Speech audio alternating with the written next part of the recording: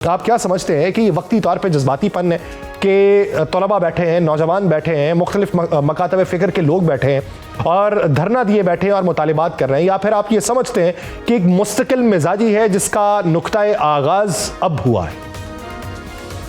मैं सिर्फ एक वाक़या सुनाना चाहता हूँ कि जब मैं पहले दिन वहां गया तो मुझसे उनके फ्लाइंग ऑफिसर्स जो मिले, मैं फ्लाइट लेफ्टिनेंट था, यंग ऑफिसर।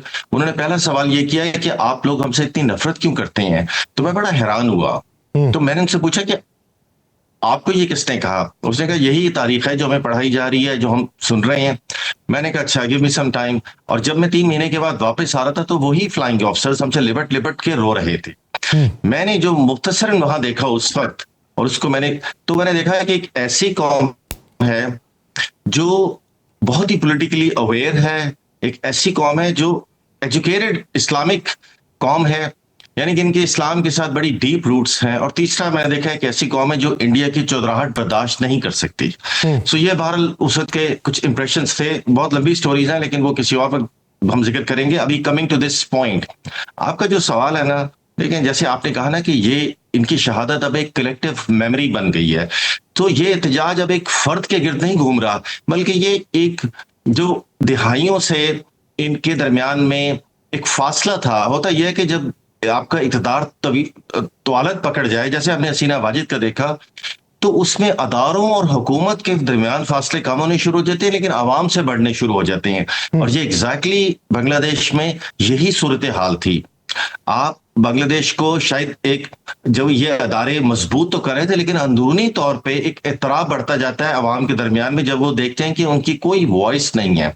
अनफॉर्चुनेटली जब भी अदारों से सवाल जवाब करने की कोशिश की गई तो थर्ड वर्ल्ड कंट्रीज का डिलेमा यह है कि इसको कोई और नाम देके एक बगावत का नाम दे दिया जाता था। लेकिन बहरहाल बांग्लादेश में जो अवाम जिस तरह, और खुसूसन तालिब इल्म उठे, उन्होंने साबित किया कि वो कभी भी, बिकॉज आप हिस्टोरिकली देख लें कि जब भी बांग्लादेश में अवाम की आवाज दबाने की कोशिश की गई है तो इसका रद्दमल बड़ा शदीद हुआ। और मैं आपको बहरहाल इसकी एग्जांपल आपको मालूम नहीं है, मैं अब इसकी क्या दूं।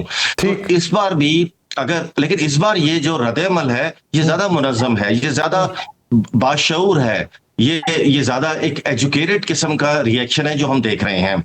और अगर इस आवाज को दबाने की कोशिश की गई तो ये एक बहुत बड़ा कौमी अलमिया होगा। जैसे आपने जिक्र किया कि उनका जनाजा, जनाजा इज लाइक अ रेफरेंडम, आप इसको इसी तरह कह सकते हैं कि जिसमें मालूम हो रहा है कि अभी तक की जो रिस्पॉन्स है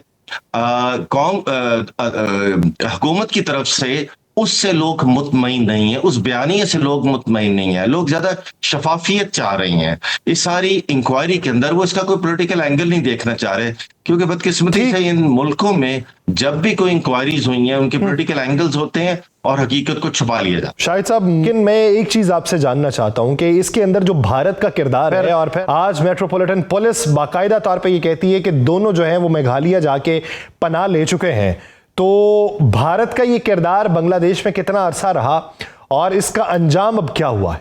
बहुत मुख्तसरन आपको मैं हिस्ट्री में लेके जाता हूं कि अगर आप बांग्लादेश अवाम को देखें तो चाहे 1857 की जंग आजादी हो, चाहे मुस्लिम लीग की फॉर्मेशन हो, या चाहे उसके बाद आप देखें कि बंगाल मूवमेंट हो या क्रिएशन ऑफ पाकिस्तान हो, आपको इनका बहुत नुमाया रोल अदा नजर आता है। और हर जगह आप देखें इन्होंने जो इंडिया हिंदुओं की हेजेमनी थी उसके इन्होंने अगेंस्ट ये गए और इन्होंने अपनी इंफरादियत बरकरार रखने के लिए हमेशा एक सतह पे इन्होंने जदोजहद की।